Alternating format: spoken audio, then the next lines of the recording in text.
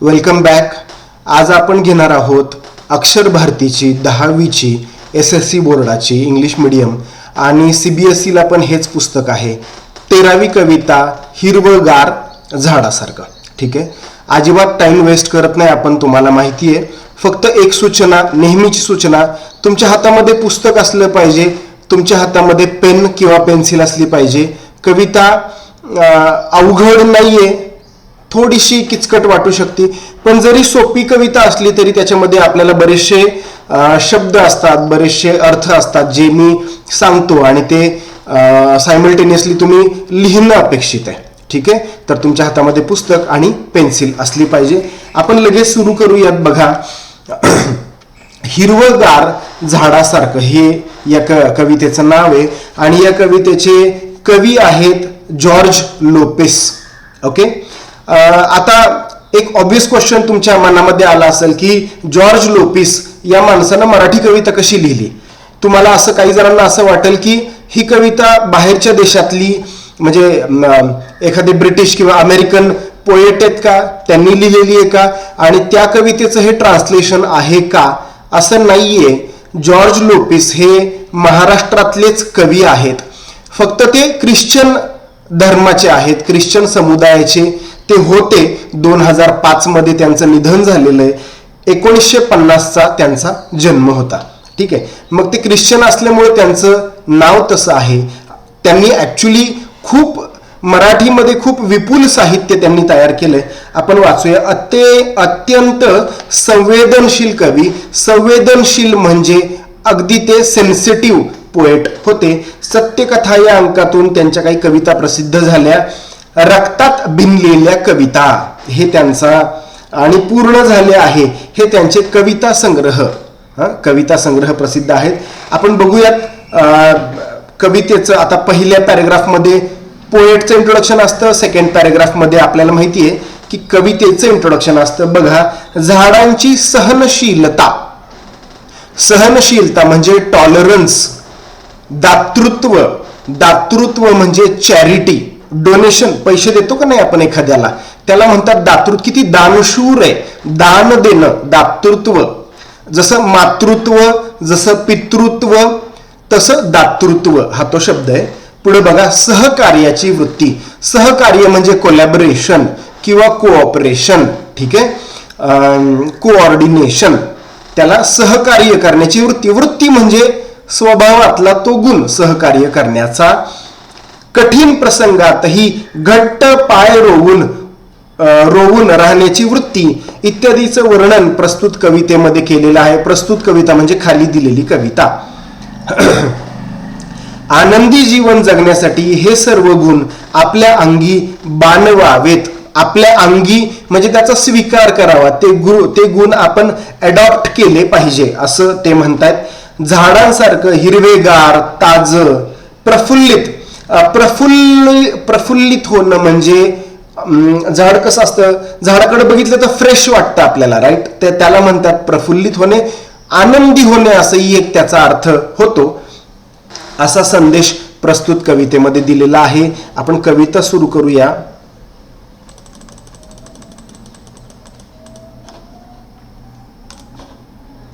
स्क्रीनवर तुम्हाला कविता दिसते आहे आणि तुमच्याकडं पुस्तक आहे असं मी धरून चालतो आहे. बघा, झाड बसते ध्यानस्थ ऋषीसारखं, मौन व्रत धारण करून तपश्चर्या करत. बघा बरं का, झाड बसतं ध्यानस्थ. ध्यान माहिती ना तुम्हाला, ध्यान. ऋषी मुनी, ज्याला आपण इंग्लिशमध्ये मॉन्क म्हणतो, ज्याला साधू संत म्हणतो, ते काय करतात, ध्यान करतात.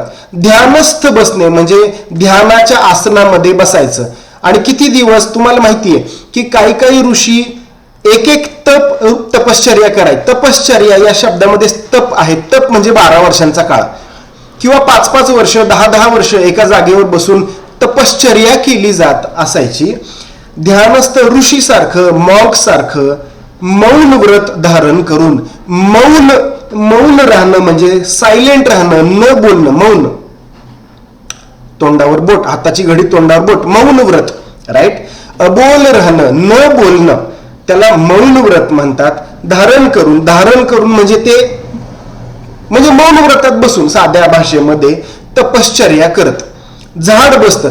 आता इथं कवीला काय म्हणणं अपेक्षित आहे की झाड एका ठिकाणी ते जिथं उगवतं तिथंच ते आयुष्यभर राहतं आणि ते तिथंच मरतं का? असं काही आहे का की आज झाड इथं सापडलं उद्या तिथं सापडलं?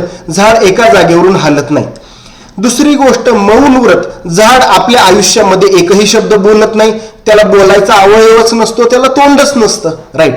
मग ऋषी असं म्हणतात की ते ध्यानाला बसलेल्या ऋषीसारखं दिसतंय. ठीक आहे.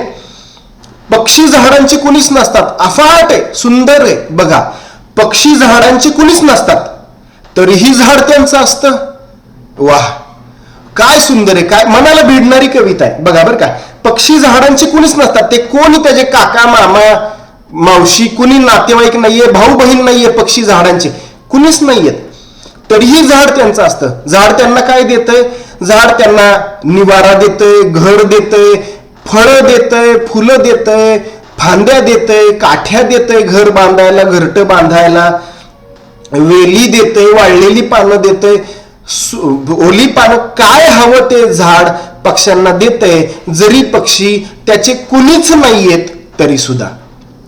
म्हणजे त्याचं मन किती मोठं आहे, झाडाचं मन किती मोठं आहे. आता तुम्ही इथं एक गोष्ट लक्षात घेतली का? जनरली कविता कशा असतात? जनरली कविता राईम मध्ये असतात, यमक असतं. म्हणजे पहिल्या ओळीचा शेवटचा शब्द दुसऱ्या ओळीच्या शब्दाच्या शेवटच्या शब्दाशी राईम करतो, यमक.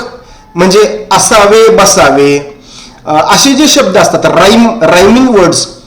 तर या कवितेमध्ये तुम्हाला रायमिंग वर्ड्स दिसणार नाही. ही कविता मुक्त छंद या प्रकारामध्ये लिहिलेली आहे. मुक्त छंद, ही मुक्त आहे कविता, ही राईम या विषयामध्ये बांधलेली नाहीये, ही मुक्त आहे, त्याच्या नावातच आहे मुक्त छंद.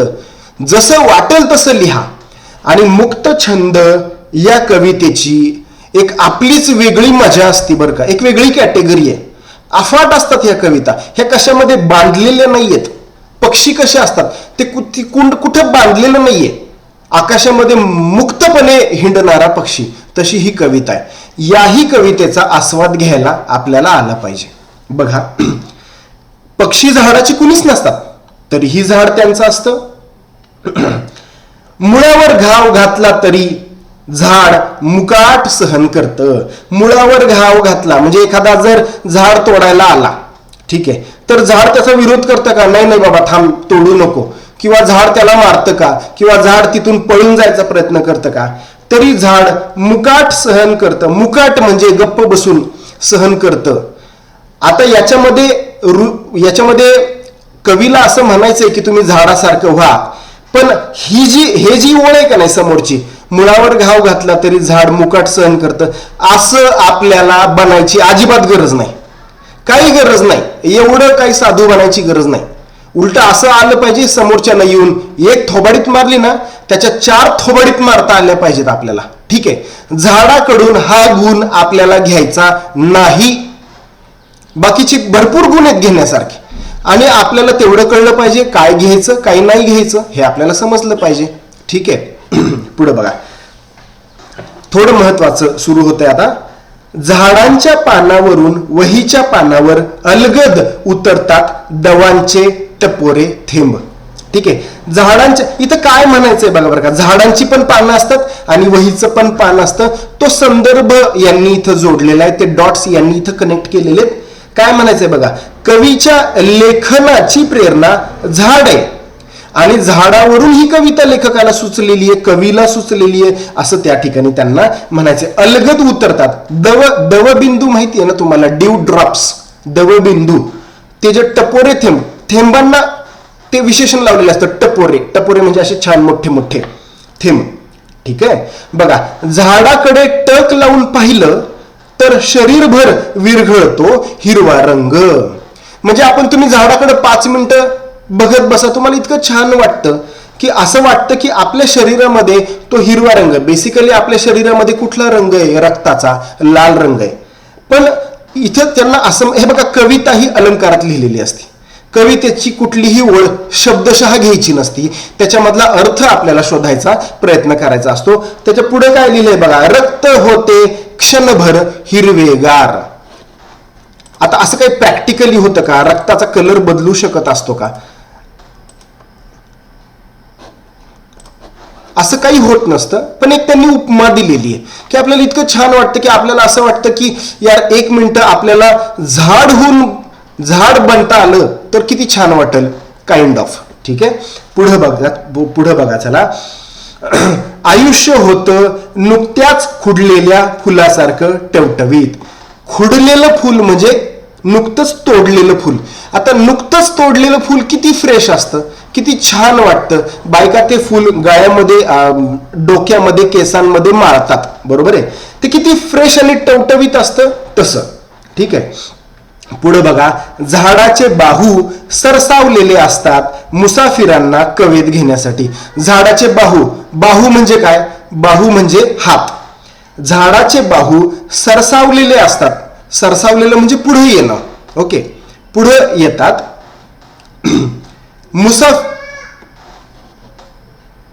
एक मिनिट होल्ड करा.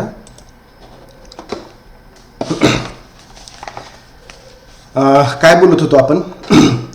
झाडाचे बाहू सरसावलेले असतात. बाहू आपण बघत होतो. बाहू म्हणजे काय असतं? बाहू म्हणजे असतं हात. हे बाहू सरसावलेले, असा हात पुढे करतो का नाही, त्याला बाहू सरसावणं म्हणतात.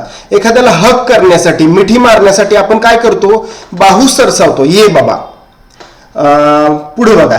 सरसावलेले असतात मुसाफिरांना कवेत घेण्यासाठी. मुसाफिर म्हणजे काय?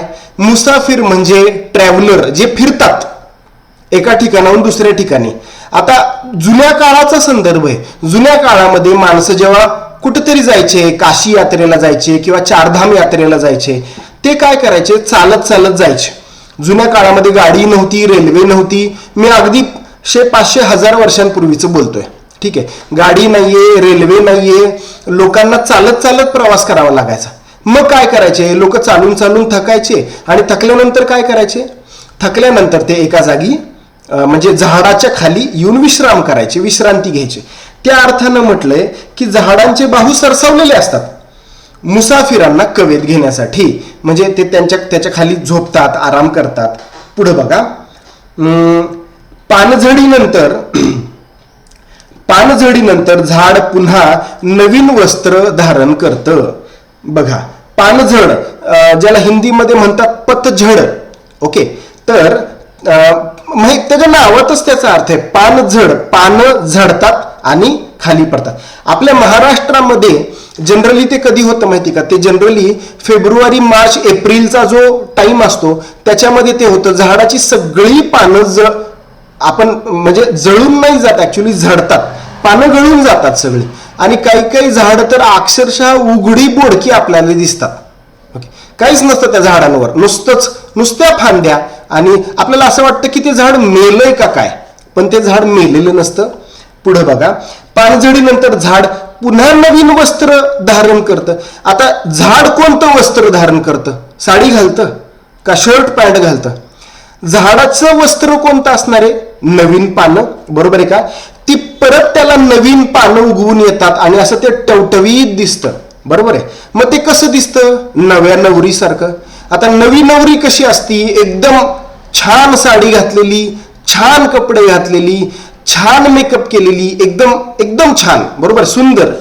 तर तसं झाड आपल्याला दिसतं नवीन पानं उगवून आल्यानंतर. झाडाला पालवी फुटल्यावर फुटते शरीरभर पालवी. आता आपण मगाशी पण बघितलं होतं, लेखक स्वतःला झाडाशी कनेक्ट करतायत. ओके, झाडासोबत. मग झाडाला नवीन पालवी फुटली. आत्ताच आपण पतझड किंवा पानझडीनंतर झाडाला नवीन पालवी फुटली आणि त्याच्यानंतर शरीरभर नवीन पालवी फुटली. म्हणजे काय झालं? अंगावर पानं फुटली का? नाही, शब्दशः अर्थ नाहीये. आपल्याला पण खूप फ्रेश वाटलं झाडाकडे बघून आणि झाड प्रसन्न दिसतंय, आपल्याला प्रसन्न वाटलं. तो इथं दिलेला संदर्भ आहे. ठीक आहे, बघा. आणि झटकली जाते मरगळ. मरगळ म्हणजे जो आपल्याला कंटाळा आलेला असतो, आपल्याला जो आळस आलेला असतो, तो झटकून टाकला जातो. ठीक आहे. आता म्हणजे झाडा तुम्ही कधी पण बघा, तुम्ही किल्ल्यांवर फिरायला जा किंवा निसर्गामध्ये जा, जंगलात जा, तुम्हाला फ्रेश वाटतं. तो संदर्भ त्यांनी या ठिकाणी दिलेला आहे. पुढे बघूयात आपण. पक्ष्यांच्या मंजूळ नादात झाडाचंही जीवनाचं एक संथ गाणं दडलेले असते. पक्ष्यांच्या मंजूळ नादात म्हणजे झाडावर पक्षी बसलेले असतात, आणि मंजूळ म्हणजे गोड. म्हणजे असं कधी झालंय का की पक्ष्यांचा आवाज इरिटेट करतोय, किंवा असं कधी होतं का की एखाद्या पक्ष्याचा आवाज आहे तो आपल्याला ऐकू वाटत नाही. आता तुम्ही म्हणा कावळ्याचा तसा आवाज असतो, पण ठीक आहे, त्याची पण एक वेगळी स्टाईल, त्याचा पण एक वेगळा आवाज असतो. जनरली पक्ष्यांचे आवाज खूप मंजूळ असतात, खूप सुंदर ऐकावे असे असतात. पक्ष्यांच्या मंजूळ नादात झाडाचंही जीवनाचं एक संथ गाणं म्हणजे सायलेंट सॉन्ग दडलेलं असतं. ते आपल्याला ऐकता आलं पाहिजे, ऐकताच आलं पाहिजे. बरोबर आहे. पुढे बघा, हसावं कसं हसायचं तिथं दिलंय, सळसळत्या पानासारखं. पानाची सळसळ काय असते माहितीये का? माहितीये का तुम्हाला? जेव्हा झाडामधून किंवा पानांमधून जेव्हा वारं जातं त्यावेळी जी पानं हलतात ना त्याला म्हणतात सळसळ, पानांची सळसळ. आणि त्याचाही एक प्रकारचा आवाज असतो. तुम्ही झाडापाशी जा, डोळे बंद करून 5 मिनिटं बसा, त्या झाडाची सळसळ काय सुंदर असती हे तुम्हाला ऐकू येईल. हसावं कसं? सळसळत्या पानांसारखं. मुरावं कसं? तर झाडासारखं घट्ट पाय रोवीत. मूळ असतं ना, मूळ ते त्याच्या म्हणजे रूट्स जे जमिनीमध्ये गेलेले असतात. मुरावं कसं? मुरणं माहितीये ना, मुरणं. आपण झाडांना पाणी देतो तर ते जमिनीत मुरतं, बरोबर आहे का? तर ते मुरावं कसं? झाडासारखं घट्ट पायरोळी. झाड घट्ट असतं, आणि जेवढं झाड मोठं आवाढव्य असतं तेवढं ते आतमध्ये घट्ट त्यानं पाय रोवलेले असतात. तर असं त्यांना म्हणायचं की आपल्या आयुष्यामध्ये आपण कसे पाय रोवावे, पाय रोवून कसं उभं राहायचं. जसं झाडानं जमिनीमध्ये घट्ट मुरलेले असतात त्याचे रूट्स तसे. बघा, जगावं कसं? तर हिरवगार झाडासारखं. रोजचं चिंतन करावं कसं? तर झाडासारखं. चिंतन करणं म्हणजे काय असतं? बघा, चिंतन करायला एका जागी बसावं लागतं. चिंतन करण्यासाठी आपल्याला स्थिर व्हावं लागतं एका जागेवर, बरोबर आहे? तर ते कसं असतं? म्हणजे कुणाकडनं तो आदर्श घ्यावा? तर तो आदर्श झाडाकडनं घ्यावा, बरोबर आहे का?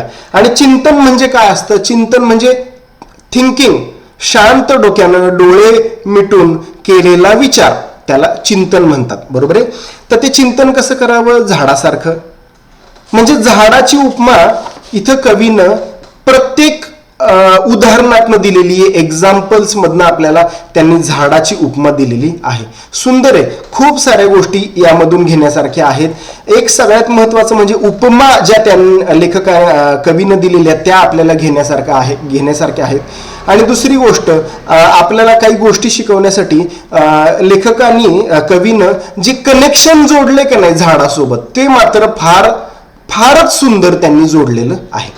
ठीक आहे. तर अशी ही कविता झाली, एक सुंदर कविता झाली. काही तुमचे प्रश्न असतील मला कमेंटमध्ये सांगा.